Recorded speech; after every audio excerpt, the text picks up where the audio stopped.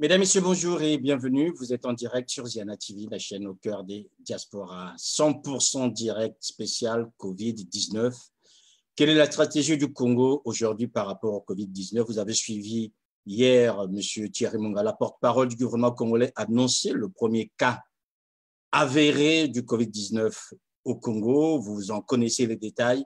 Il était nécessaire pour nous aujourd'hui de faire un point, de jeter un regard sur cette situation assez trouble, puisque depuis plusieurs jours, des rumeurs circulaient dans la capitale économique congolaise, dans la capitale politique congolaise, par rapport aux malades du coronavirus. Vous savez aussi que dès le départ, la maire de Kintele, Madame Stella Mensa Sassou Nguesso, avait, elle, trouvé un cas qui avait fait en sorte que le personnel de la mairie soit parti en courant, alors que ce n'était pas le cas. Voilà. Aujourd'hui, certains d'entre vous soulignent l'impréparation du gouvernement congolais, alors que de leur côté, on dit que les choses sont prêtes pour prendre en cas. Nous avons vu depuis plusieurs jours piluler sur les réseaux sociaux des communiqués, des notes d'information, des notes techniques des uns et des autres par rapport à la prise en charge de cette maladie, par rapport aux stratégies à mettre en place, prise en charge des malades, la communication, la sensibilisation. Et vous avez aussi vu cette dernière vidéo publiée par la chaîne congolaise Vox, cette jeune femme qui dit, voilà, on peut se prémunir du coronavirus par les préservatifs. Voilà un peu l'état qu'on peut faire aujourd'hui par rapport à la prise en charge de cette maladie au Congo, puisqu'aujourd'hui, on ne sait pas exactement qui fait quoi et comment les choses se passent. Il était donc nécessaire aujourd'hui pour nous de faire un point avec des hommes qui sont à même aujourd'hui de parler d'abord en leur propre nom, puisque, vous le savez, aujourd'hui, nous avons sollicité plusieurs personnalités congolaises. Elles n'ont pas répondu favorablement à nos invitations. Nous attendions sur ce plateau donc, le professeur Fabien Niama, qui, lui, est biologiste, donc ancien directeur du laboratoire national, qui est membre du comité de crise, qui avait donc accepté volontiers, et ça je l'en remercie d'avance, accepté d'être aujourd'hui avec nous afin de nous faire un état des lieux. Mais malheureusement, la déclaration de ce premier cas a fait en sorte qu'aujourd'hui, il est pris dans cette commission de crise. Il nous assure être là le moment venu afin de partager la situation sur place, et lui qui est dans cette commission pour nous donner les éléments d'information disponibles aujourd'hui, et nous espérons que le professeur Niama aura le temps et l'opportunité de nous rejoindre au cours de cette émission spéciale. Voilà, je vais donc au fur et à mesure vous présenter mes invités puisqu'ils sont là. Déjà, Monsieur André Ngombe, bonjour. Bonjour, Sir Marcoso. André Ngombe, on reviendra, vous avez fait un message de civisme au Congolais, on comprendra avec vous quel est le sens de ce message. Du côté donc de Cancun, Daniel Mabanza. Daniel Mabanza, bonjour. Bonjour Sir Marcoso et bonjour à tous les panélistes. Merci d'avoir pris le temps d'être là avec nous. À vos côtés toujours, enfin à vos côtés sur l'écran, nous avons Joseph Badebokila qui est du côté de Brazza. Bonjour Joseph. Oui, bonjour Sir. Bonjour chers compatriotes. Merci d'avoir pris le temps. Joseph, je rappelle quand même que c'est vous qui nous avez alerté qu'il fallait qu'on prenne en main ce sujet parce que la sensibilisation et les carences constatées sont quand même assez graves par rapport à cette pandémie qui est en train de décimer une bonne partie, je dirais, de la planète, qui a touché une bonne partie de la planète. Donc, pour Ziana TV, Doriska Mozenze, la marquise de Visa. Bonjour Doriska. Bonjour Sir Makosso, bonjour tout le monde. Bonjour. Voilà, donc c'est avec Doriska que nous aurons la charge de vous accompagner, tous ceux qui viendront aujourd'hui sur ce plateau. Landry Ngomloembe du côté de Brazzaville. Bonjour Landry. Bonjour Sir, bonjour à tous et bon dimanche à tous les compatriotes de là où ils sont. Bonjour à tous. Alors Landry, c'est intéressant de vous avoir puisque vous travaillez dans le pétrole. Or, d'après les premières rumeurs qu'on a pu avoir, que ce seraient des pétroliers qui sont rentrés d'Italie ou peut-être de France pour Pointe-Noire, qui seraient les premiers, je dirais, à porter cette maladie sur place. On le verra, vous nous direz exactement quelles sont les précautions qui sont prises, puisqu'on sait que les compagnies pétrolières travaillent beaucoup avec des expatriés et on sait quand même le taux d'hommes et de femmes qui vont et qui reviennent entre les pays européens ciblés aujourd'hui et le Congo. Enfin, nous avons le docteur Ikapi Clément. Bonjour, docteur. Bonjour et merci de m'avoir invité. Voilà. beaucoup. Bonjour à tous. Le docteur Ikapi Clément donc, est réanimateur. Vous savez aujourd'hui que la réanimation est l'un des enjeux dans la prise en charge des malades du coronavirus. On voit aujourd'hui les carences constatées en Italie. Ce sont les appareils qui manquent et il faut faire des choix. Donc, le docteur Ikapi nous expliquera un peu comment on prend en charge des malades du coronavirus, notamment par rapport à ce problème de respirateur et comment aujourd'hui on peut, je dirais, en faire face dans le cas du Congo quand on sait que l'Italie, aujourd'hui un pays européen avec un système de santé assez stable, a du mal à en faire face. Voilà, donc le docteur Ikapi travaille en France dans la région nantaise. Il nous dira à peu près ce qu'il en sait dans son expérience, comment cela peut être fait. Voilà, donc mesdames, messieurs, mes invités qui sont là. Alors, on va commencer avec vous, docteur Ikapi, rapidement. Est-ce que, bien avant que nous n'entrions dans la spécialité qui est la vôtre, vous pouvez nous dire concrètement sur quoi le Covid-19, sur quoi ce coronavirus, rapidement, le docteur Ikapi.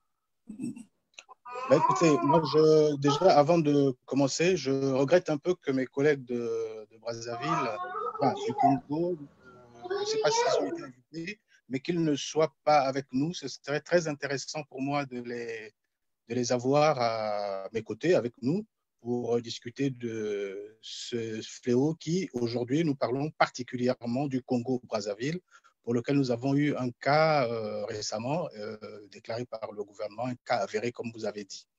Ben, il s'agit d'un virus, comme tous les autres virus, mais sa particularité est surtout sa progression et son déclinement clinique qui est un peu différent du virus de la grippe. C'est un virus, un coronavirus comme les autres coronavirus, mais il est particulièrement très virulent et la contamination est très, très rapide.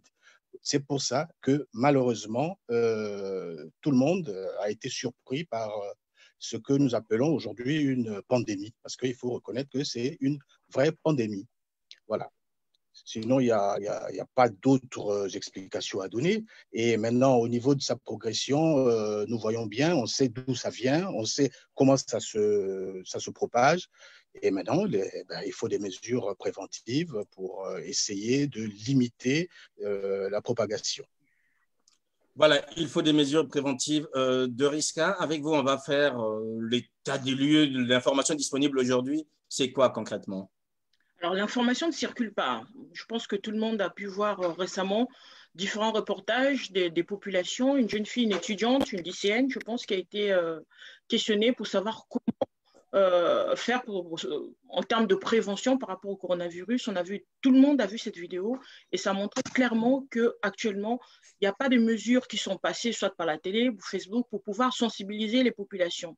Et encore récemment, via la page de Ziana TV ou via nos pages personnelles, des personnes nous contactent pour savoir aujourd'hui quelles sont les mesures barrières adaptées à la situation locale que nous pourrons mettre en place. Parce qu'il faut savoir qu'aujourd'hui au Congo, en termes de promiscuité, nous sommes beaucoup plus proches dans les rues qu'ici en France et majoritairement, on va dire globalement, la population congolaise vit à l'extérieur et aujourd'hui, il faut pouvoir adapter des mesures barrières par rapport à nos populations, surtout nos populations tropicales. Voilà, beaucoup de questionnements, il y a peu de réponses et le gouvernement ne communique pas. À l'heure actuelle, nous ne savons pas du tout ce qui se passe. On sait juste que c'est un sujet français qui a été contaminé. Donc, actuellement, c'est la psychose dans la ville.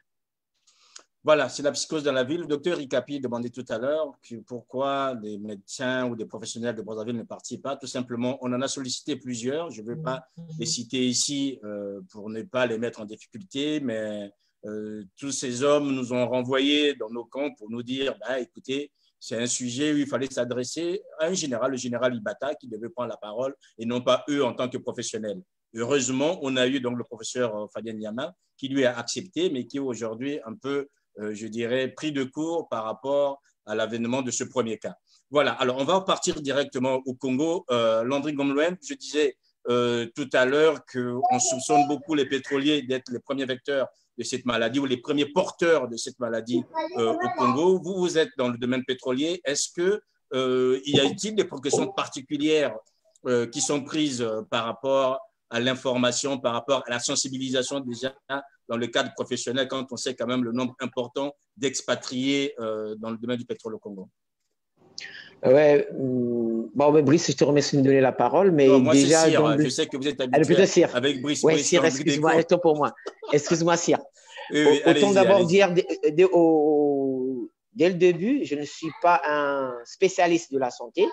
Donc, du point de vue épidémiologique, je ne pourrais pas dire beaucoup de choses là-dessus. Mais par contre, en tant que citoyen et en tant que citoyen qui s'informe de la gestion de la chose publique, il faut déjà commencer par dire une chose. Doriska vient de dire que le gouvernement ne communique pas assez sur le sujet. Moi, je dirais peut-être que je vais nuancer un peu. Il faut savoir que le 27, autour du 27 février, parce qu'il faut faire un peu la chronologie des choses pour comprendre, autour du 27 février, les dispositions ont été prises ici à Pointe-Noire où on a désigné certains sites qui devraient servir de quarantaine au cas où la maladie venait, plutôt le virus venait à se répandre dans la ville. Et le 4 mars, il y a eu une note du gouvernement qui est sortie et qui a mis la panique dans toutes les sociétés pétrolières. Ça, je peux vous le dire, parce que les sociétés pétrolières étaient prises de court. Pour quelle raison? Simplement parce que nous étions en période de vacances scolaires. Nous étions en période de vacances scolaires parce que la majorité des expatriés qui sont en résidence ici au Congo, que ce soit dans les chancelleries et autres, étaient en vacances avec leur famille à l'étranger, pour la plupart. Donc, la note n'arrangeait ni les sociétés pétrolières, ni les gens qui étaient partis en privé, ainsi de suite. Il y a eu des tractations qui ont été faites. Cette note a été repoussée un peu, disons un peu, on a permis à ces familles de rentrer le 10. Donc, le dimanche 10, une grande vague des familles sont rentrées. Mais il faut aussi saluer une chose, le mérite du gouvernement, ça a poussé un peu les gens, ces sociétés, à prendre leurs responsabilités. Ce qui a été fait, je peux vous le confirmer, que les grandes sociétés qui sont Eni, Perenco et Total ont pris des engagements que les ressortissants qui devraient rentrer seraient mis en quarantaine par les moyens de ces sociétés. C'est-à-dire que Eni s'occupait de ces expatriés. Ceux qui étaient en résidence et qui ont des résidences ici au Congo sont simplement ils sont mis repartent dans leur résidence. Ils n'ont pas leur personnel habituel qui travaille pour eux, ne seront pas à leur service. Eni, Perenco, ces sociétés ont pris ces engagements. Et ceux qui étaient en rotationnel, c'est-à-dire ceux qui font du 4-4, quand ils arrivaient au Congo, ne partaient pas tout de suite en plateforme parce qu'il fallait d'abord passer les 14 jours d'incubation et après 14 jours pour voir s'ils ne sont pas malades, ben, ils partent en plateforme. Mais là où le bas blesse, je peux dire que moi, j'ai la chance de voir certains expatriés avec qui j'ai causé au téléphone, qui sont bien mis en quarantaine avec leur famille. J'en ai causé avec beaucoup parce que c'est des collègues avec qui nous travaillons en offshore ou en onshore. Et là où le bas blesse, ce n'est pas forcément les expatriés, parce que j'entends qu'il y a l'amalgame. On dit que les Italiens, moi personnellement, je ne peux pas affirmer ce cas, les Italiens, mais je sais une chose, et ça je peux le dire ici, ces personnes qui sont mises en confinement, il y a des services qui passent régulièrement, qui ne donnent pas d'heures, qui passent régulièrement pour prendre des températures, et c'est avéré qu'il y a effectivement certains Italiens se sont retrouvés en bois de nuit. Ça, on peut le dire. Ça, on peut le dire. Mais moi, ma crainte n'est pas envers ces sociétés pétrolières. Moi, ce n'est pas ça, parce qu'ils ont quand même les moyens de mettre en confinement leur personnel. Ça, ce n'est pas là le problème. Mais je parlerai des autres Congolais. Parce que le confinement, à la fin, il est volontaire. C'est ta responsabilité. Les autres Congolais qui sont rentrés. Moi, j'en connais des Congolais qui sont rentrés, qui sont chez eux dans les maisons, qui ont rejoint leur famille, leurs enfants, leurs femmes. Leurs femmes sortent, vaquent à leur occupation. Ces agents pour certaines sociétés, sont dans certaines sociétés pétrolières qui étaient soit en formation, soit pour des raisons quelconques en vacances, sont rentrés, ils sont là, ils vaquent à leurs occupations tranquillement dans la ville. Ça, il y en a des preuves. Et ça, je peux vous le dire, le gouvernement devrait prendre ses responsabilités face à ces comportements. Parce que qui peut savoir qui est contaminé, qui n'est pas contaminé? Au jour d'aujourd'hui, moi, je vais prendre un exemple simple. Le gouvernement a parlé qu'il y a un ressortissant congolais et un ressortissant franco-congolais qui est contaminé. Mais qui connaît son identité? Est-ce que cette personne était au contact, ne serait-ce que ma personne? Je ne saurais pas. L'identité de cette personne n'est pas révélée. Donc, on ne peut pas savoir. Même les personnes qui volontairement pourraient aller vers les services de santé pour dire que moi, j'ai été au contact de ce monsieur, ne le sauront pas parce que rien n'est dit. Rien n'est dit. Et là, de ce cas, je rejoins Doriska, que de ce point, rien n'est dit. Le gouvernement a parlé sur ce sujet hier, mais le ressortissant, c'est qui? Il a été en contact de qui? On a quand même expliqué le vol. On dit qu'il est venu dans un vol éthiopien, on a donné le numéro du vol et qu'on demande aux gens de pouvoir, je dirais… Sire, oui.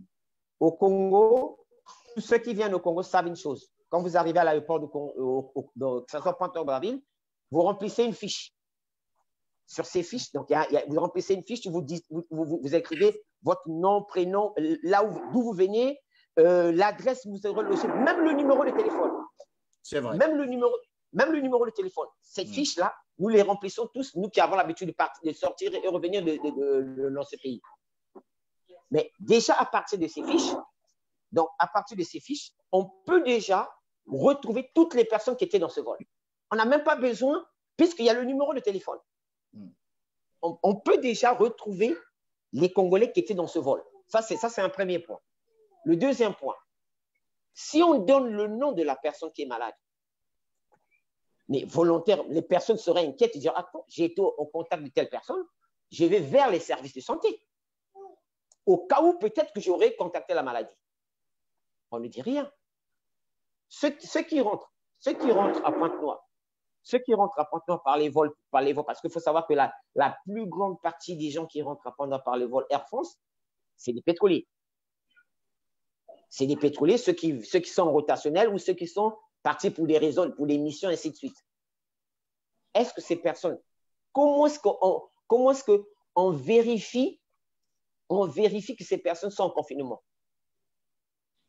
Qui vérifie? Quel est le protocole qui a été mis en place pour vérifier toutes ces choses? Je peux te dire, ces questions, on se le pose. Moi, aujourd'hui, je vais travailler dans le… Aujourd'hui, je peux dire, toute la semaine dernière, je suis parti, par exemple, chez Perenco. Je salue les précautions qu'ils ont mis en place pour rentrer dans les bureaux de Perenco, pour rentrer dans la base Perenco, pour aller même en offshore. J'étais en offshore dans la semaine. Pour aller avant en offshore, ils ont mis des précautions. Vous devez passer chez le médecin. Vous avez un questionnaire à remplir. Vous arrivez en plateforme. Il y a encore le médecin. Vous passez directement chez le médecin, ainsi de suite. Ça, c'est des choses à saluer. Je suis d'accord, c'est des choses à saluer. Mais je peux dire aussi que si le gouvernement n'avait pas mis une pression à ces sociétés, on n'en serait pas là. Ça, il faut le dire. Je travaille dans le secteur pétrolier, je suis tout le temps dans les plateformes, tout le temps dans les bureaux pour des échanges, avec des réunions avec ses clients. S'il n'y avait pas eu cette pression, on n'en serait pas là. Mais par ailleurs, le cas, on ne peut pas au jour d'aujourd'hui savoir s'il y a des gens qui ont été contaminés, qui sont venus avec la maladie dans le pays, ils sont chez eux. D'accord. Le Congolais, je vais terminer par là. Oui, Congolais qui est rentré par ses propres moyens, à qui on a dit, bon, on a pris la température à l'aéroport, il est rentré chez lui. Il a été en contact de plusieurs personnes. Ces personnes sont parties. Ces personnes sont eux aussi à leur tour. Et comment est-ce qu'on fait comment après? Je vais terminer pour là et après, s'il y a d'autres questions, je pourrais répondre. Bien sûr, oui. Comme ça, on fait un tour rapidement.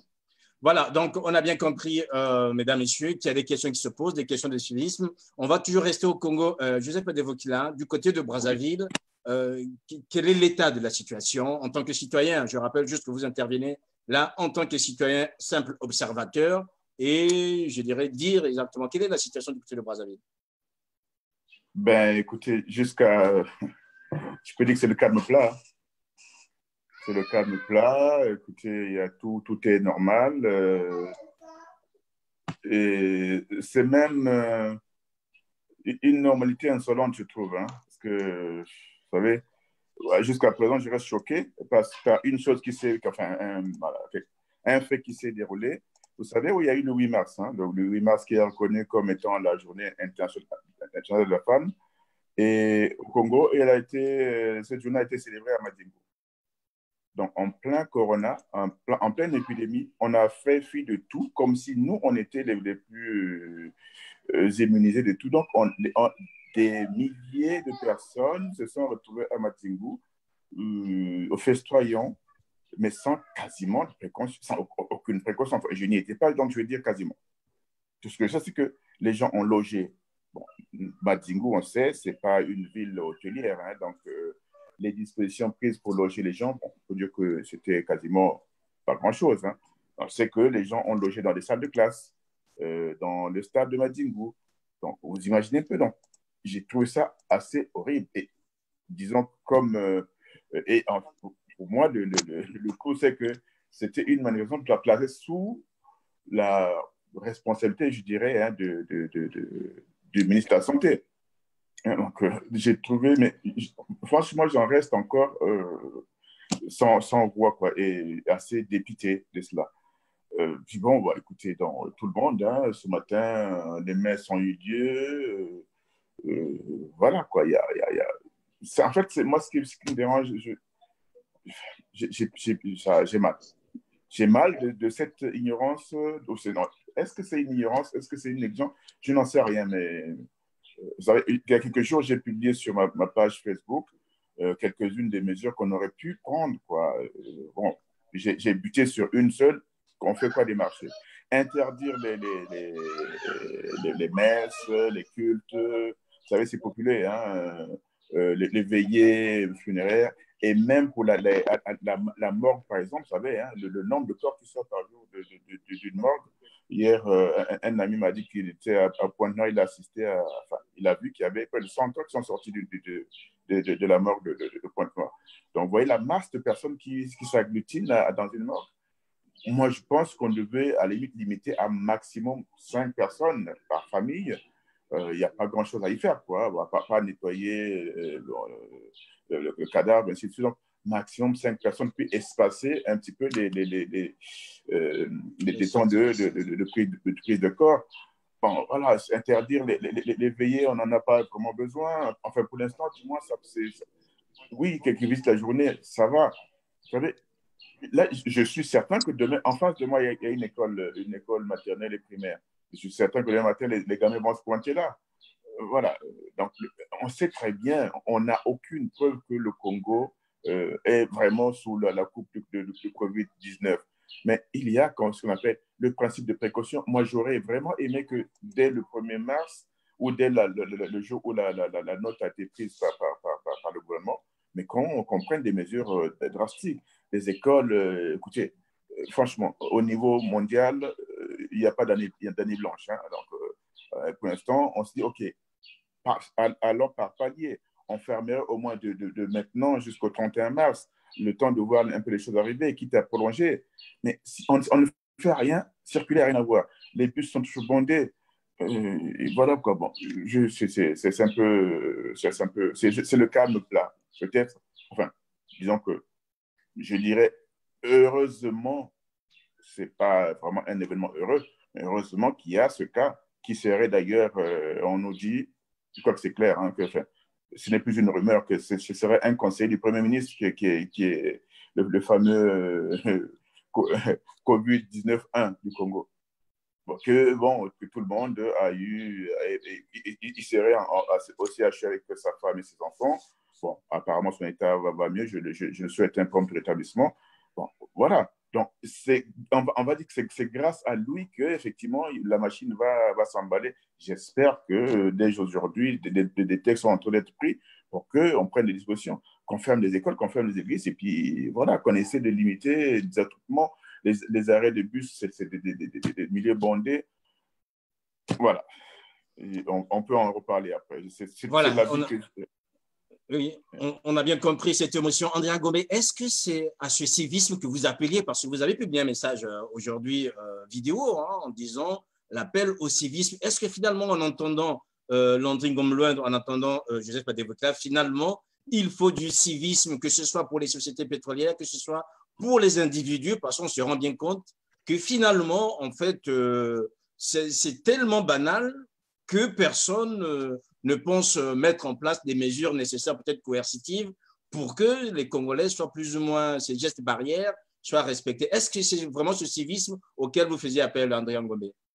C'est à ce civisme, mais surtout, je vais compléter ce qui a été dit pour ne pas répéter. Il y a vraiment une notion de légèreté. Donc, et cette légèreté n'est pas simplement du fait du gouvernement, mais de quelques idées qui ont toujours circulé dans la société congolaise et qui se sont enracinées, qui ont pris valeur de vérité, comme celle selon laquelle l'homme noir n'a pas peur du microbe, qu'il serait comme un super-humain qui n'est pas concerné par les problèmes sanitaires.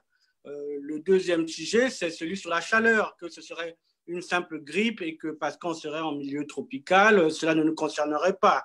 Et ces différents axiomes qui circulent dans la société congolaise font que les gens ont l'impression que c'est encore une fois de plus un virus pour blancs, un virus pour étrangers, un virus pour des gens qui seraient en Europe et que eux, en fait, leur vie pourrait simplement continuer comme d'accoutumé. Ce qu'il faut dire, c'est que c'est un nouveau virus.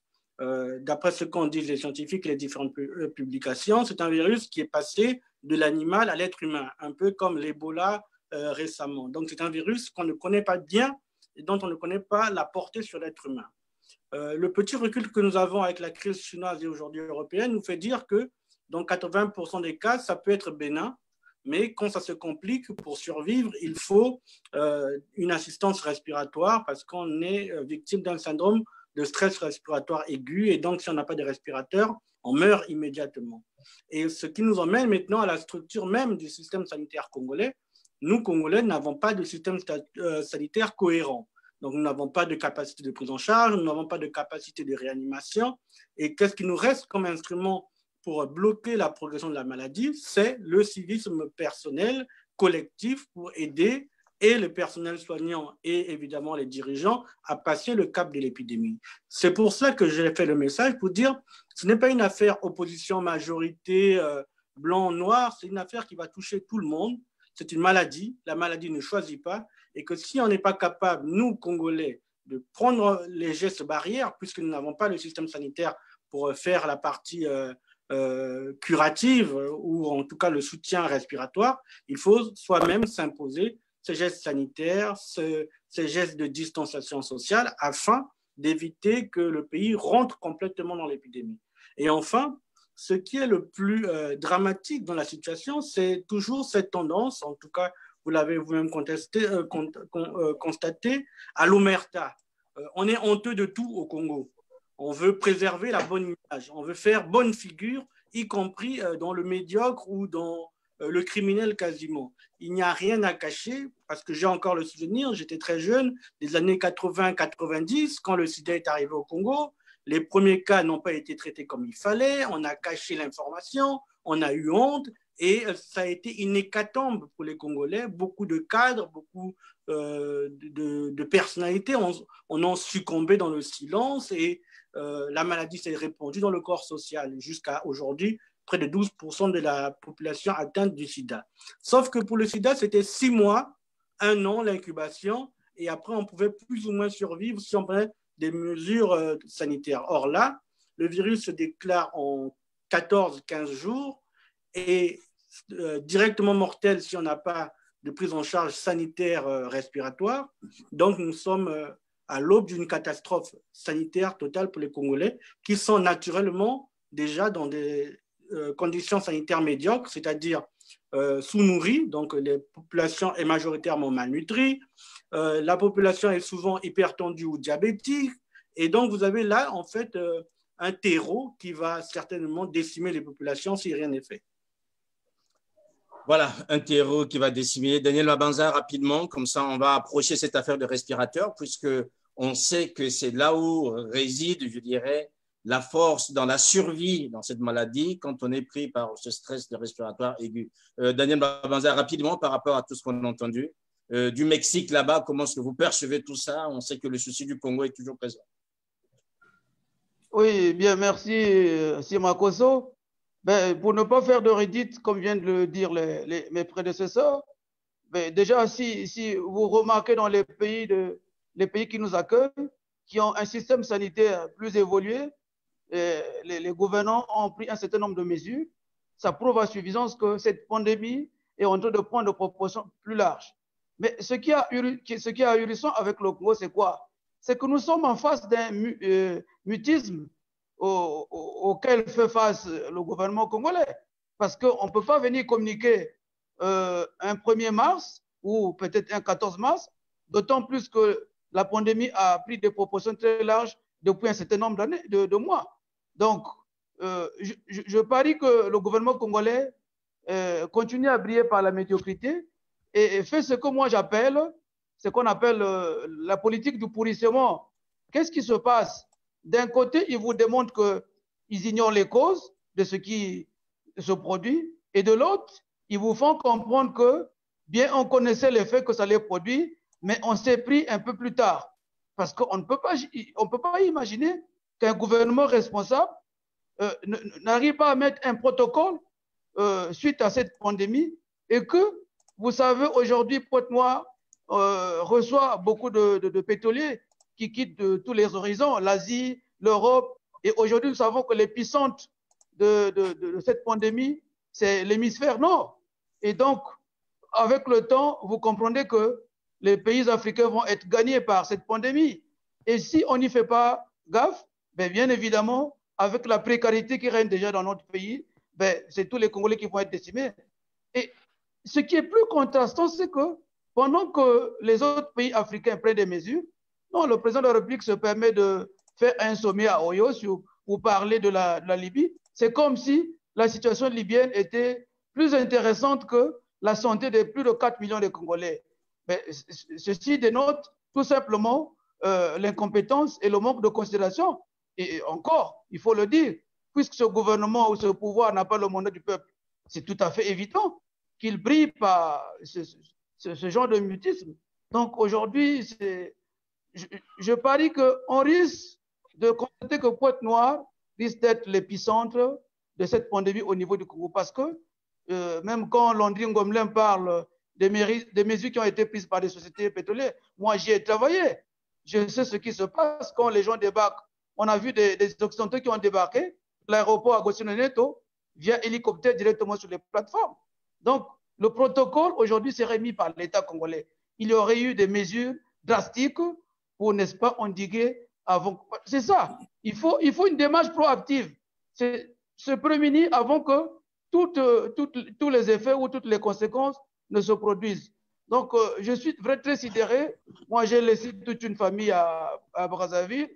Il y a ma femme, il y a mes enfants et tous les autres citoyens du Congo. Donc, on est vraiment, je ne sais pas que dire, les mots me manquent même. Donc, voilà un peu si le tableau qu'on peut peindre un peu de ce gouvernement. Très bien. Avant de passer rapidement, comme ça on passe au docteur Ikapi pour qu'on parle un peu de cet aspect de respirateur. Allez-y, André Gobé.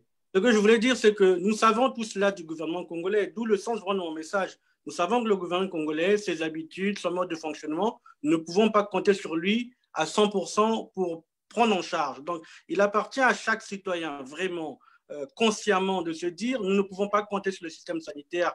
Nous devons aider le système sanitaire qui est déjà faible en prenant nous-mêmes des mesures sanitaires simples, de distanciation, de lavement des mains avec du savon, d'éviter les contacts, les attroupements. Donc, vraiment, c'est à chaque citoyen déjà de prendre en main sa santé pour éviter la propagation du virus. Donc, le gouvernement congolais fera ce qu'il sait faire de mieux, mais nous savons que nous ne pouvons pas compter à 100% sur lui.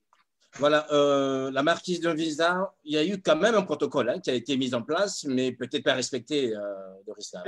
Un protocole a été mis en place il y a quelques semaines. Je pense que tout le monde est au courant qu'il y a un centre qui avait été nommé à Brazzaville, c'est le fameux centre de Kintélé, qui est juste à côté de la mairie. Mais techniquement, dans la faisabilité, rien n'a été fait. On a vu par exemple en RDC, nos frères d'en face ont mis en place une situation de simulation au cas où un voyageur arrivé malade, savoir ce qu'il fallait faire. Sauf qu'aujourd'hui, on met les choses en place, ils mettent un protocole qui n'est pas suivi. Donc, ça montre techniquement qu'il y a un gros problème de sensibilisation et de formation du personnel. On a entendu ou vu une vidéo qui circulait pas mal sur Facebook, qui a été relayée sur Ziana TV. La maire de Kintele, Stella Mensa, qui disait clairement qu'il y a quelques jours, un citoyen malade qui revenait du CHU s'est pointé dans la mairie en disant qu'il était malade. On lui avait indiqué que le centre des personnes contaminées se trouvait juste à côté de la mairie. Donc, panique générale, tout le monde a vidé la mairie et la maire nous a fait un audio dans lequel elle faisait part de sa panique en disant que le lendemain, ils étaient peut-être sûrs de trouver un Macabé. Sur le coup, ça fait rire tout le monde et ça montrait techniquement qu'il y avait des dysfonctionnements dans le système. Je pense qu'aujourd'hui, le gouvernement congolais a voulu mettre un protocole pour dire que nous avons mis les choses en place, mais derrière, ça n'a pas suivi. Ce protocole, comme l'a dit les autres collègues sans pouvoir me répéter, pour les sociétés pétrolières, c'est très bien, mais un protocole également pour le personnel soignant, le personnel encadrant, les personnels de mairie, les gels hydroalcooliques n'ont pas été mis en place. Il n'y a pas eu vraiment de mesures barrières pour pouvoir sensibiliser la population. Et aujourd'hui, comme je l'ai dit au tout début, les Congolais vivent dehors. Les mesures barrières, comment on va faire? Nous vivons dans des parcelles où on est très nombreux. Certains sont locataires dans des parcelles où ils sont une quinzaine, une vingtaine. Il y a des gros soucis d'hygiène à la base qui se posent. Et aujourd'hui, le gouvernement n'a pas mené une réflexion adaptée à l'échelle congolaise. C'est important de le dire aujourd'hui. Nous avons le docteur Ikiapi qui pourra aussi pouvoir nous éclairer sur la situation. C'est de savoir que les Congolais ont beaucoup d'a priori en disant que nous sommes africains, le virus va résister en nous, il fait chaud, mais est-ce qu'il y a eu une étude clinique pour pouvoir savoir que le comportement de ce virus était différent dans un pays tropical? Le virus, le patrimoine génétique du virus a été mis en ligne le 10 janvier 2020. Tous les laboratoires du monde sont en train de travailler. C'est dommage, nous n'avons pas le professeur Ntoumi qui pourrait nous éclairer aujourd'hui pour savoir est-ce que ces mutations sont adaptées, ces mutations sont retrouvées dans le système, notre système tropical. Qu'est-ce qui a été fait actuellement? Parce que nous n'avons pas de données en termes de recherche scientifique pour pouvoir dire ou prédire le comportement de ce virus par rapport à nos pays. Voilà, on a bien compris. Beaucoup de questions, très peu de réponses. Docteur Ikapi, le problème aujourd'hui qui est posé, notamment dans des pays où nous savons que la prise en charge est optimale, le problème des respirateurs ou le problème de la prise en charge respiratoire, puisque ce virus cause un stress. Qu'en est-il concrètement? Comment ça se passe? Et qu'est-ce que vous pouvez nous dire aujourd'hui en l'état des informations que vous pouvez disposer en tant que professionnel par rapport à notre pays? Merci beaucoup, Sir Makosso. J'avoue qu'on sortira d'ici tous sur notre faim parce que malheureusement, le virus est nouveau. Oui. Et je ne suis pas sûr que ce soir, en tout cas pas moi, donnerait des réponses adaptées au questionnement que les gens attendent. Pour revenir un peu à ce qui a été dit précédemment par les premiers interlocuteurs, je voulais juste rappeler ceci. Personnellement, je ne suis pas capable de juger de la capacité organisationnelle du gouvernement sur la prévention exacte de ce fléau. Moi, je ne suis vraiment pas capable. C'est pour ça que je regrettais qu'il n'y ait pas un de nos collègues sur place. Et pourtant, nous sommes dans un groupe GM, ou groupe des professionnels de la santé, où nous discutons de ces choses, où je vois des amis qui proposent des pistes qui me paraissent correctes pour aider le gouvernement et la population à ralentir la progression du virus. Malheureusement, il n'y a personne. Donc, moi, n'étant pas au Congo, il m'est très difficile, très sincèrement, de pouvoir donner un avis là-dessus. Pour revenir donc à la question que vous m'avez posée, donc, je voulais dire ceci. Déjà, pour ceux qui nous écoutent, il faut qu'ils retiennent quelques petites choses que je voulais mettre en place. C'est quoi? Le coronavirus, c'est plusieurs virus, ce n'est pas un virus. Il y a plusieurs coronavirus. Et celui-ci, s'appelle SARS-CoV-2. Ça, c'est son nom. SARS-CoV-2. Souvent, les gens parlent de stress. Non, ce n'est pas stress, c'est SRAS. S comme syndrome, A comme aigu, R comme respiratoire et S comme sévère. Et le COVID-19, c'est la maladie. Je ne sais pas si je me fais comprendre. Le COVID-19, c'est la maladie causée par le SARS-CoV-2. CoV, C-O comme corona, virus, V comme virus, D, parce qu'on dit COVID. Donc le D comme disease en anglais, maladie, et le 19, c'est l'année de la découverte. Ça a été découvert en 2019. Donc COVID-19, c'est la maladie causée par le SRAS. Alors, par le SARS-CoV-2. Alors, le SRAS, c'est quoi? C'est en fait une défaillance de fonction respiratoire. C'est une pneumonie, hein, une défaillance de fonction respiratoire. Cette pathologie se manifeste comment? C'est comme une grippe normale, avec une fièvre, une toux, une fatigue, des courbatures, comme quand on a une grippe normale et qui, à un certain stade, atteint le système respiratoire. Mais l'atteinte respiratoire est beaucoup plus bruyante que la grippe habituelle, qui ne dure que quelques jours. Mais cette fois-ci, celle-ci, qui a muté, on sait que c'est un virus qui a muté. Hein, je voulais bien connaître un laboratoire avec nous, un scientifique, pour qu'il nous explique les mutations que je ne maîtrise pas vraiment. Mais en fait, c'est en 12 et enfin l'incubation de la maladie, je crois, c'est entre 3 et 4 jours. Et autour du 12 et 14e jour, c'est là où la maladie se développe et est très grave. Donc, c'est en ce moment-là. Si bien que quand on arrive en réanimation, ça veut dire que toutes les mesures qui ont été prises avant sont dépassées. C'est-à-dire qu'il y a eu échec des mesures préventives. Dans la mesure où nous savons tous qu'il n'y a pas de traitement contre ces virus, il n'y a pas de traitement. Le traitement, il n'existe pas. Il n'y a pas un médicament. Il y a des pistes, mais aujourd'hui, on ne peut pas dire que le traitement, il est clair et c'est celui-ci. Non, ce n'est pas possible. Ce n'est pas encore possible au moment où on parle. Donc, à partir du moment où il y a eu une grosse pneumonie mortelle, hein, c'est létal, cette atteinte pulmonaire grave, malheureusement, nécessite à un certain stade, sinon très souvent, une assistance respiratoire.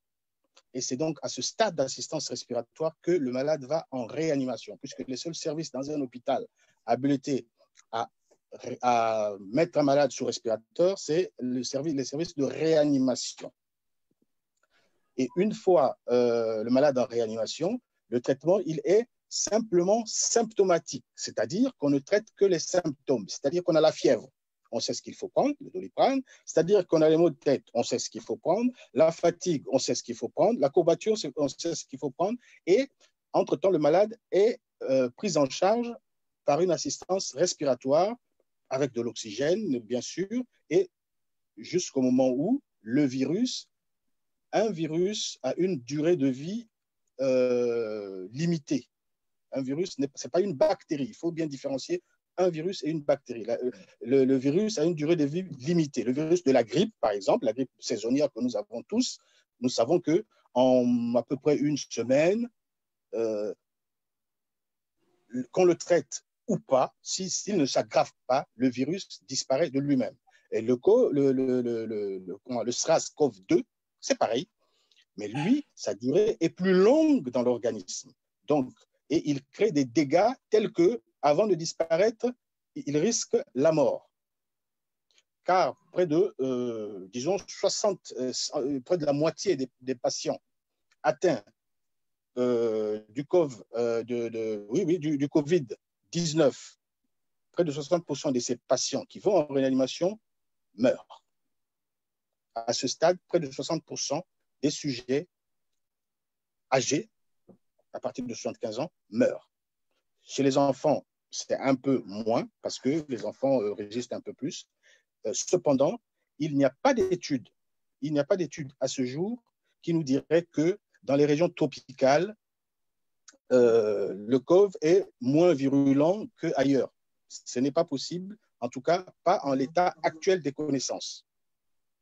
Donc le patient, pour revenir, donc le patient une fois mis sous ventilation, respiration assistée, est donc pris en charge de façon symptomatique par les services de réanimation jusqu'à sa guérison.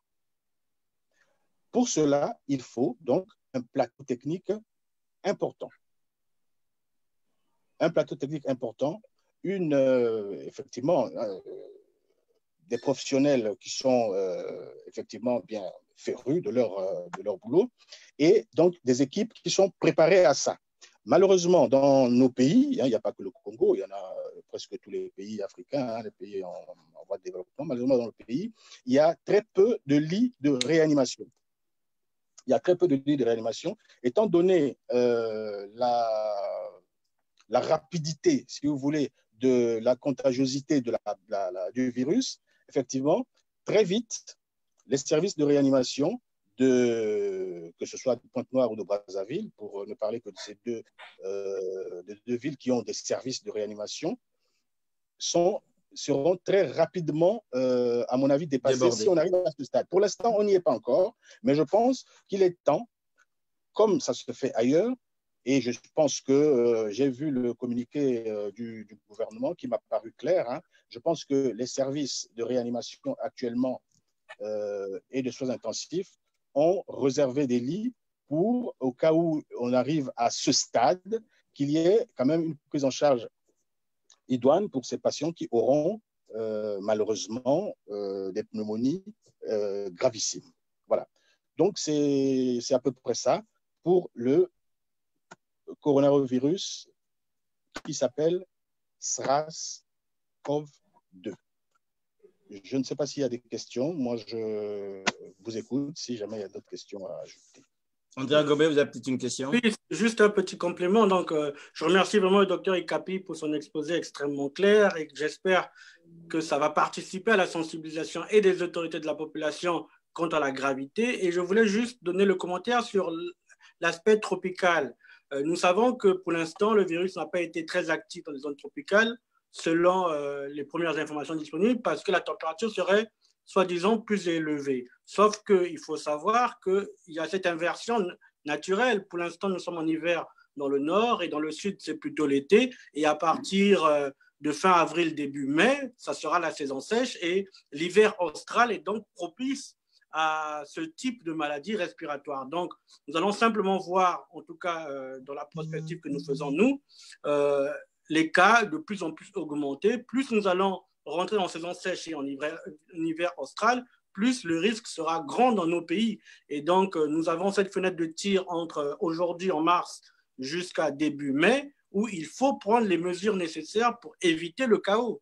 Et c'est vraiment le sens, je le répète, du fait que chaque citoyen doit vraiment prendre conscience que nous sommes face à quelque chose de nouveau, comme le sida était nouveau dans les années 80, mais cette fois-ci sur des voies respiratoires, quelque chose de très agressif, de très dangereux, et pour l'instant, nous n'avons pas de traitement à l'échelle mondiale.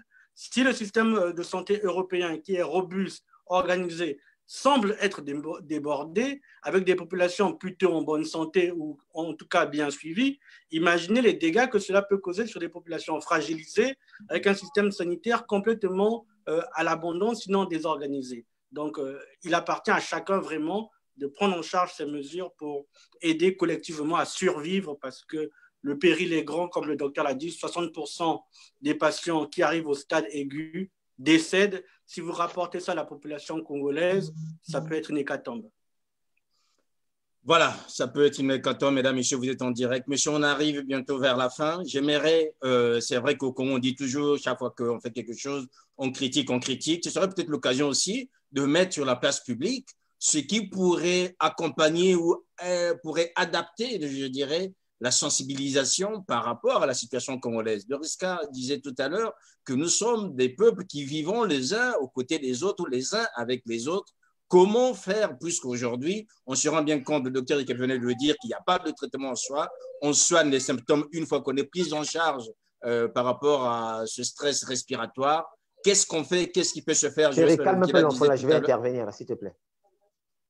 Voilà, Joseph Badevogila disait tout à l'heure, il faut voir, nous sommes toujours dans des groupes qui ne sont pas à 5 ou à 10 tel qu'on voit ici, c'est toujours des centaines de personnes qui s'agglutinent autour d'une situation. On fait quoi? Déjà dit tout à l'heure qu'on vivait dehors, on voit des compagnies qui essaient de faire soi-même. Voilà. On fait quoi concrètement, messieurs, pour vous donner un dernier tour de parole, messieurs, dames? Allez-y, Joseph. Moi, écoutez, oui. Écoutez, je suis vraiment, je ne sais pas. Écoutez, pour moi, la meilleure chose, c'est d'abord, effectivement, comme a dit André Ngombe, un sursaut personnel, d'abord, que chacun soit acteur dans cette galère, quoi. Voilà, bon, moi, j'aime bien de temps en temps, en tout cas, si ça peut aider, je pense que c'est possible. Moi, je nettoie mon téléphone à l'alcool, au minimum une fois par semaine. Parce que donc, on sait que le téléphone, bon, après avoir serré la main, on prend son téléphone. Bon, maintenant, on se cogne le coude. Mais là où on pose le téléphone, vous voyez, ça, c'est une mesure que moi, j'applique souvent en temps normal, mais je crois que je vais le faire de manière quotidienne. Peut-être que ça peut aider au mois de juillet, je ne sais pas, une petite bestiole. Je ne sais pas. Et puis, vraiment, c'est vrai, Andrea, que la surtout doit être individuelle. Mais vous savez que le Congolais et l'Africain, il obéit à la chefferie. S'il n'y a pas une directive, une injonction qui vient de l'autorité, ben, ça va plutôt passer pour une rumeur. Donc, certains prendront, d'autres ne prendront pas. Or, quand, voilà, en France, c'est quand même M. Macron qui a parlé, quoi. J'ai vu tout à l'heure sur Facebook, au Rwanda, c'est voilà, on se lave les mains avant d'entrer dans les bus. J'ai demandé à un ami rwandais, il me dit, c'est même plus sévère que ça, les mesures qui sont prises. Et apparemment, il n'y a pas encore de cas au Rwanda. Donc, vous voyez un petit peu l'anticipation. Si nous, on est dedans, mais franchement, moi là, je vais sortir. Malheureusement, je dois aller à une veillée, ce que j'aimerais comme proscrire. Mais c'est sûr que les gens sont toujours dans la supposition, ah non, écoutez, ça. Non, je ne sais pas, c'est compliqué. Hein, c'est très compliqué. Moi, j'ai peur. Et le mot hécatombe que j'ai entendu n'est pas petit. Hein. Moi, je m'attends vraiment à une catastrophe. Hein. On est vraiment mal. Landry Gomloem. Ouais, et Sir, oui. ce matin, parce que je savais qu'on allait avoir l'émission, j'ai fait un peu le tour. Je suis allé, je suis à Pointe-Noire, je suis allé au Fond-Tchétier, j'étais au Grand Marché.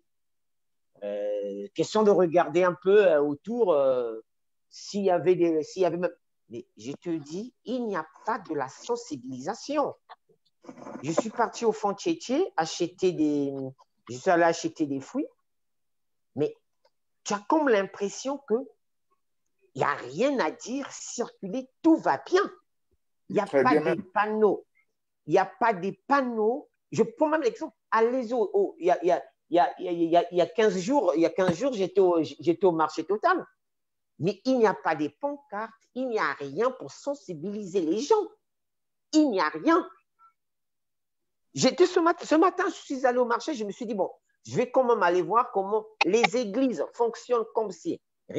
Et quand même, hier, le communiqué du gouvernement, il a été bien dit qu'il fallait garder des mesures de 1 mètre, que ne pas se serrer la main. Mais comment est-ce qu'on n'a pas interdit les lieux de culte ce matin? Comment? Je veux comprendre que si c'était un meeting politique, les policiers seraient arrivés tout de suite. Ça, je peux vous le dire. Mais quand même, les lieux de culte, les VIP, les Nganda, les boîtes de nuit, ce soir, c'est sûr que ça sera ouvert.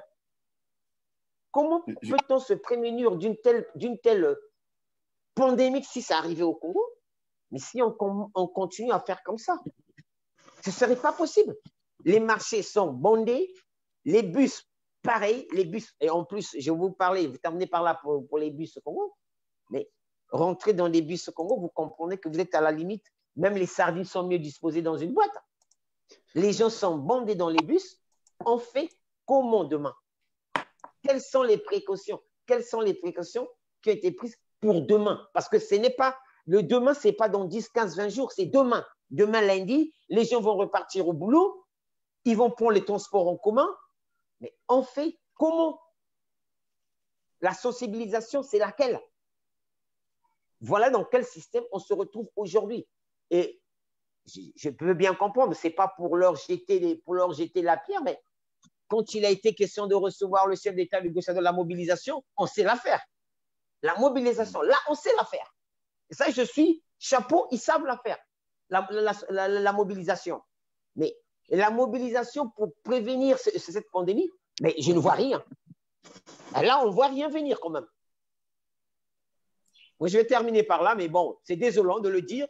On est à la limite, on dirait que les gens sont abandonnés à eux-mêmes parce que demain, moi je parle de demain, c'est demain lundi. On fait comment? Oui, on va dire qu'on ne rentre pas en mode panique, mais vous qui êtes en France, il y a quelques mois, la ministre s'était permis de dire qu'on n'était pas encore dans ce cas-là, il n'y avait que 2 cas déclarés. Aujourd'hui, ça se compte en milliers. À plus forte raison, nous qui sommes ici, on fait comment demain? Moi, je voudrais bien, je lance un appel au pouvoir public de prendre leurs responsabilités. S'il faut mettre la police ou bien pour surveiller les gens, parce qu'eux aussi ils sont exposés. J'ai fait exprès, je suis allé à l'hôpital aujourd'hui parce que je me suis dit, il faut que je circule pour regarder. Mais vous rentrez à l'hôpital, c'est comme s'il n'y a rien. Vous rentrez à l'hôpital, il n'y a aucun protocole, rien, je vous le dis. Vous rentrez à l'hôpital le lundi, il n'y a rien. Vous rentrez pour voir votre malade, vous sortez. Non, circulez, il n'y a rien. Mais on ne peut pas faire comme ça, les amis. Parce qu'aujourd'hui, on peut encore en parler, dire, bon, on n'est pas dans l'hécatombe, mais demain, on fait comment? Qui sera responsable? Mais bon, que voulez-vous que je vous dise? Voilà. C'est malheureusement dans la situation dans laquelle on se retrouve. Mais je suis un peu surpris. C'est vrai qu'on en soit là tous quasiment les mains tombées. On ne sait pas quoi faire. Non. Parce que... Si. Non, en fait, Et dans les propositions, allez-y. l'ambassade de France vient de faire un communiqué pour fermer les écoles françaises. Nous proposons simplement que le gouvernement s'aligne déjà sur cette mesure simple, que l'école soit arrêtée. Concernant les églises, je vais nuancer, et le docteur l'a bien dit, je pense que c'est plutôt pas le docteur, c'est l'autre frère à Brazzaville qui l'a dit, l'Africain obéit à la chefferie, donc il faudrait inclure les pasteurs, les chefs religieux dans la réflexion de prévention pour qu'ils puissent faire passer les messages dans les couches de la population afin que ça ne ressemble pas à une rumeur et que ce soit réellement pris en compte par y compris ceux qui doutent concrètement de la capacité organisationnelle de ce gouvernement. Enfin, il y a la question des lieux de privation de liberté. Nous avons vu en France que même Fleury-Mérogis, donc la célèbre prison, a été touchée. Et la prison de Fresnes aussi, si je ne me trompe pas. Nous savons très bien que nos prisons sont des prisons surpeuplées. Et ce sont des foyers, des clusters où l'épidémie peut carrément exploser. Et donc, il faut avoir des mesures de relâche, des prisonniers de droit commun qui ont déjà purgé leur peine, des prisonniers d'opinion. Il faut en fait déconcentrer la population. Et pour les mesures dont Doriska a parlé, le fait que nous vivons les uns sur les autres dans les maisons, il faut peut-être, pour un moment donné, libérer les populations et les obliger ou les contraindre à repartir dans les districts, dans les villages pour une période de 14... Non, surtout pas ça. Mais concrètement, c'est ce type de mesures qu'il faut prendre. Ceux qui ne sont pas encore touchés, qui sont testés sains, doivent déconcentrer les villes. En tout cas, il faut chacun prendre les mesures sanitaires simples, le savon, l'eau, voilà, c'est vraiment... Quelqu'un qui disait tout à l'heure qu'il n'y a pas d'eau, que l'eau ne coule pas dans les robinets, donc c'est aussi un luxe. Mais justement, ceux qui prennent l'eau aux populations, pour l'instant, vont devoir faire un geste civique, permettre que l'eau soit disponible. Ceux qui en ont trop dans leur citerne, en fait, il faut des mesures de cohésion sociale pour survivre à une épidémie. Sans cohésion sociale, nous allons à l'hécatombe. Donc, nous ne sommes pas dans une posture opposition contre majorité. Ça ne veut rien dire face à un virus. Nous devons être ensemble pour survivre à cela, pour ne pas reproduire les erreurs. Je me souviens, je le répète, des années 80-90, quand le sida est rentré au Congo, il y a eu le déni. Le noir ne pouvait pas avoir le sida, ça ne nous concernait pas, ça concernait que les homosexuels, etc., etc. Et beaucoup de Congolais en sont morts. Oui. Et donc, ça, c'était sur des périodes de 6 mois, 1 an. Et là, nous sommes sur des périodes de 14 jours. Donc, nous n'avons pas le luxe de pouvoir rouler des mécaniques et de traiter les autres avec mépris. Il faut réellement mettre toutes les énergies ensemble pour passer ce cap difficile. Alors, juste avant de donner la parole à Daniel Babanza, j'aimerais juste préciser, docteur, je te donnerai la parole à la fin, comme ça pour conclure. Je voulais juste préciser par rapport à ce que dit Andrea concernant le sida. Nous avons reçu il y a 15 jours à peu près dans nos locaux le docteur Pierre Pellet. Pierre Pellet qui est l'un des pionniers, hein, qui a vraiment travaillé sur ces questions de la pandémie du sida dans les années 80. Il témoigne dans un livre qui est sorti il n'y a pas longtemps, qu'il est venu présenter chez nous, que ça a été une hécatombe et qu'il a fallu mais vraiment faire un travail énorme en impliquant les autorités, la femme du chef de l'État, enfin, tout le monde pour arriver à prendre conscience, à imposer une communication qui a fait en sorte qu'on a pu endiguer. Mais il explique bien, Pierre Pellet, dans son livre, que c'était une hécatombe. Je l'ai sollicité pour être avec nous aujourd'hui. C'est vrai qu'il n'a pas pu être là, mais il a quand même dit ce jour-là qu'il était disponible pour aller aider le Congo en cas de besoin, si on l'appelle, qu'il aille au Congo pour voir un peu comment réorganiser, peut-être pas avec les mêmes méthodes qu'il a appliquées dans les années 80, mais enfin s'adapter aujourd'hui pour accompagner le Congo par rapport à cette crise. Et il était disponible, Pierre Pellet. Daniel Babanza, rapidement, comme ça on donne la parole à Doriska, au docteur, et puis on va conclure. Oui, si, permettez que je relève un fait avant de proposer des mesures. Allez-y. C'est que ce qui est étonnant, parce que vous l'avez dit, nous avons les bras tombés tous. C'est parce que nous constatons qu'il y a un déficit communicationnel. Parce qu'aujourd'hui, qu'est-ce qui se passe? Le gouvernement congolais a détourné l'attention des gens, de tous les citoyens congolais, sur la problématique du moment, le coronavirus. C'est qu'il nous parle des arrestations, des détournements de l'identité publique pour nous divertir et bien d'autres choses. Mais je pense que nous avons la possibilité, ou le gouvernement a la possibilité, de pouvoir communiquer essentiellement sur cette affaire. Bon, moi, je proposerais la première mesure proactive à mettre en place, c'est celle-ci, c'est faire de sorte que nous avons Télé Congo, nous avons Radio Congo, nous avons Radio Pointe-Noire ou Télé Pointe-Noire. C'est organiser des tribunes au cours desquelles on va inviter des spécialistes, par exemple, des biologistes ou encore des médecins vétérinaires qui vont animer des tribunes pour sensibiliser le peuple. Et une deuxième mesure, c'est faire de sorte que les écoles soient fermées pendant une période donnée d'observation, comme cela se passe dans les pays, dans nos pays d'accueil. Lundi, chez moi, ils vont fermer toutes les écoles pour 3 semaines. Et donc, si déjà l'ambassade de France a pris une telle mesure pour fermer les écoles françaises, donc le gouvernement congolais peut le faire pour observer pendant 3 semaines et regarder le comportement, n'est-ce pas, des citoyens qui arrivent. La troisième mesure, c'est faire de sorte que tous les citoyens ou tous les passagers à bord des vols Air France, Ethiopian Airlines, qui arrivent à Pointe-Noire, à Kosinonet ou à Maya soient soumis à un test, de sorte que après ce test, ils vont être mis en quarantaine. Et il faut que le gouvernement communique sur les lieux de quarantaine qui ont été mis en place, que ce soit à Brazzaville, à Pointe-Noire, et ainsi de suite jusqu'à Dolisie, pour que les gens comprennent que les gens sont arrivés, ils vont passer une période d'incubation de 14 jours à tel endroit.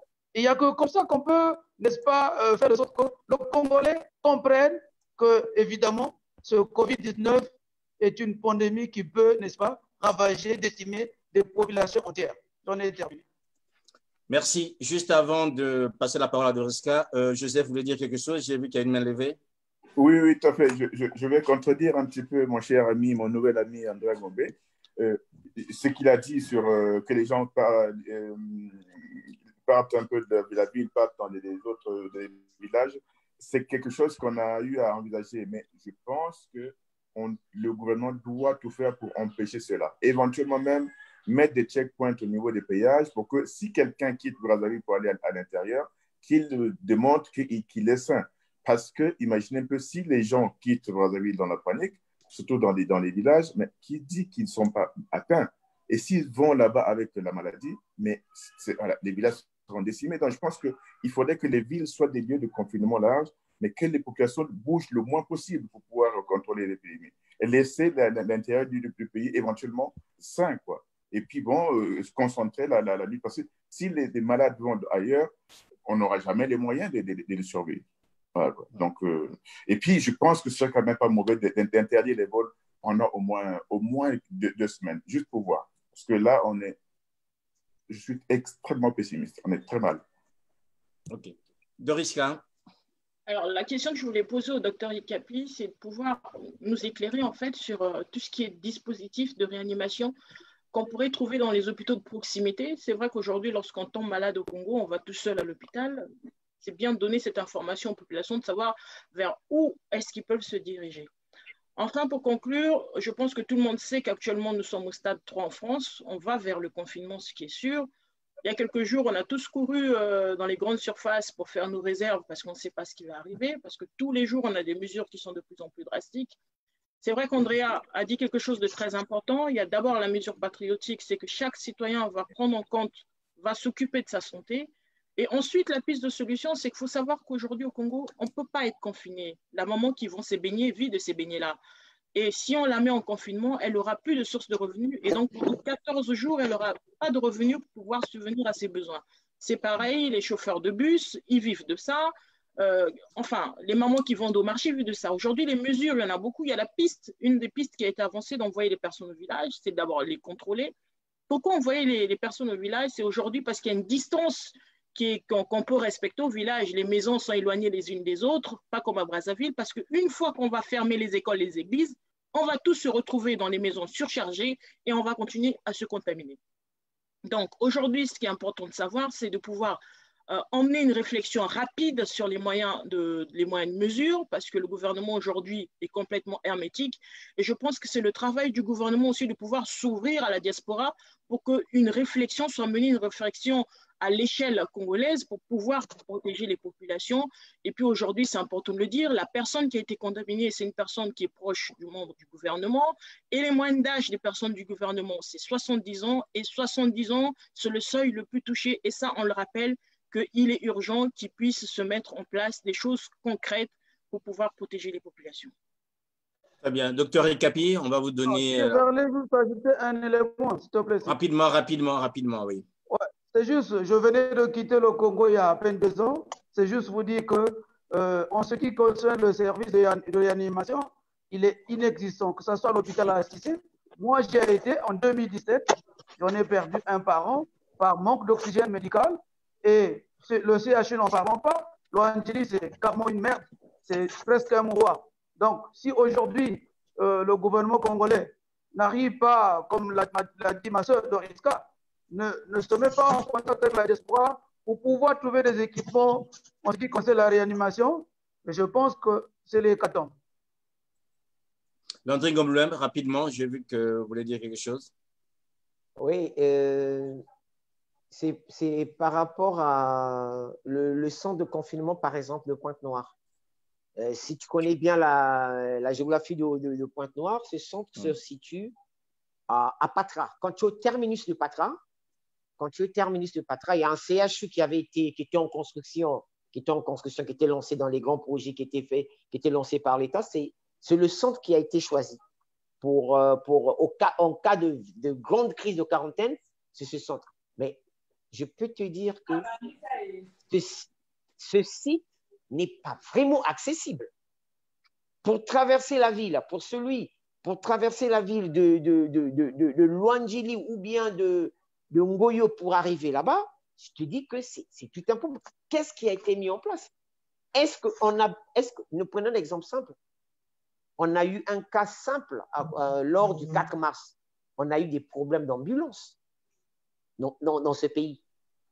Est-ce que la situation avait été réglée? Parce que face à cette situation, il faut avoir des structures bien médicalisées pour transporter le personnel bien sécurisé. Qu'on me dise, est-ce qu'ici à Pointe-Noire ou à Brazzaville, nous avons même à notre disposition un parc de 100 ambulances? Je dirais non. Il n'y en a pas. Vous allez allez-y à l'hôpital Assisi, il faudra qu'on mette, mais comme a dit par exemple Andrea, mais l'urgence est là. Il faudra mettre les moyens, que le gouvernement mette les moyens parce que regardez, nous tous nous disons que l'Italie c'est un pays développé, mais nous sommes ahuris de constater que l'Italie a les pieds sur terre. Et nous on ferait comment? Que que le gouvernement prenne ses responsabilités. Oui, la population, il faut la sensibiliser. Dans un sursaut de solidarité, il faut la sensibiliser. Mais le gouvernement doit être le promoteur de cette directive. Enfin, je vais terminer par là. Très bien. Docteur Ricapi, pour le mot de la fin, pour à peu près résumer, donner un peu des perspectives. Ce que les gestes barrières, on les connaît. Il faut peut-être s'adapter à nous. Alors, merci. Vous savez, c'est toujours difficile de conclure sur un tel sujet où on n'a pas beaucoup d'éléments.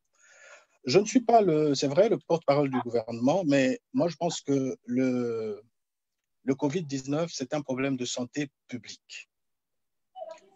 Moi, je continue à faire confiance à nos services publics.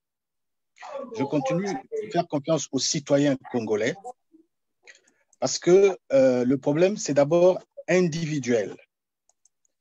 Le gouvernement a le devoir de sensibiliser, le devoir de sauver ses citoyens.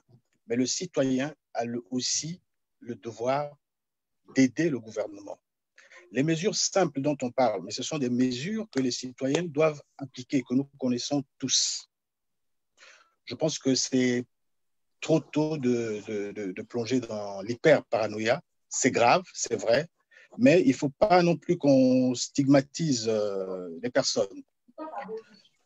Pour ce qui est donc des mesures à prendre, on vient de le dire, hein, et ça se dit partout, pour casser, à mon avis, la barrière de contagiosité, je pense que ce sont les mesures d'hygiène simples qu'il faut absolument respecter. Une fois ces mesures respectées, nous serons, à mon avis, capables de casser cette chaîne. Cette chaîne ne peut se casser que si les mesures individuelles sont prises. Parce que quand on arrive à la pneumonie, ça veut dire qu'il y a eu échec en amont. Cet échec peut être certes attribué aux citoyens, peut être certes attribué au gouvernement qui n'a peut-être pas suffisamment communiqué, comme le disent mes collègues sur le plateau. Je ne suis pas à Brazzaville, donc je n'ai pas exactement le degré de communication, comment ça se passe là-bas sur place. Mais ceux qui sont sur place, ils disent que ce n'est pas suffisant. Je pense que maintenant qu'il y a un cas avéré, je pense que le gouvernement prendra ses responsabilités pour sensibiliser, encore sensibiliser. Parce que le problème, c'est avant tout, comme je le dis et je le répète, des mesures d'hygiène, mais qui doivent être proportionnées, qui doivent être progressives, c'est-à-dire qu'il ne faut pas prendre des mesures qui vont stigmatiser certaines personnes. Pour des cas à risque, effectivement, pour les cas à risque, en ce moment-là, il y a d'autres mesures à prendre. Mais pour ceux qui sont des nôtres, qui n'ont aucun symptôme, je pense qu'il faut absolument, et ça je tiens, c'est un problème de santé publique, il faut prendre pour chaque citoyen des mesures nécessaires pour casser la contagiosité du virus. Ça, c'est la première chose. La deuxième chose, et peut-être c'est la dernière que je vais dire, qu'il faut qu'on sache que le virus ne se promène pas. Le virus ne circule pas au Congo comme partout, mais ce sont les hommes qui circulent avec le virus. Donc, c'est à ces hommes-là de prendre des dispositions, effectivement, aider ou alors tiré par le gouvernement qui doit être en avant pour, mais bon, je ne suis pas trop pour mettre les policiers derrière parce que je pense que tout citoyen est conscient que la maladie est grave, qu'une atteinte pulmonaire est gravissime et létale pour que les gens prennent suffisamment de dispositions.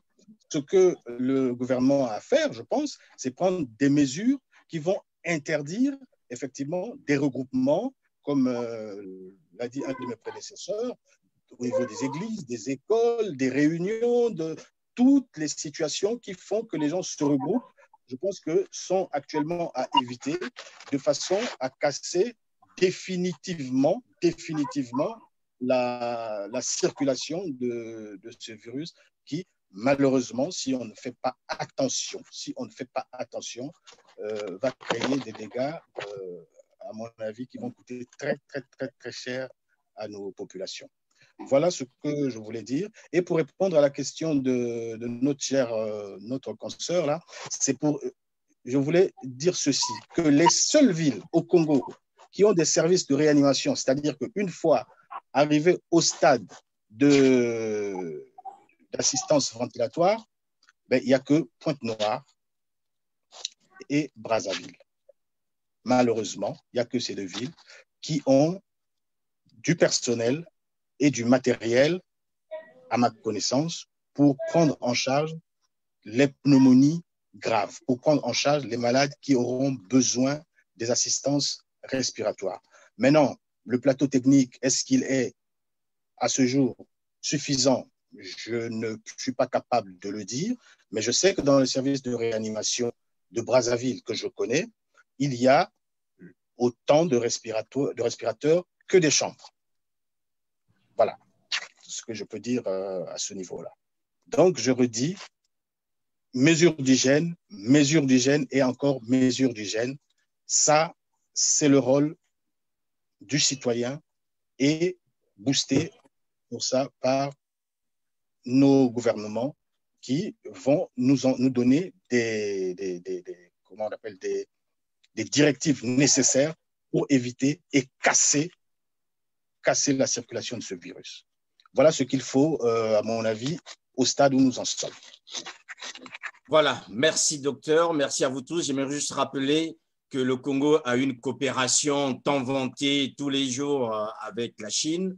Nous voyons ce que la Chine est en train de faire aujourd'hui aux côtés de l'Italie, qui croirait que demain, les Italiens allaient solliciter une aide de la Chine par rapport à ce virus. Et nous espérons aussi que le Congo va activer cette coopération avec la Chine afin de pouvoir être accompagné en attendant que la situation soit réellement prise en main ou soit considérée à la hauteur de la gravité.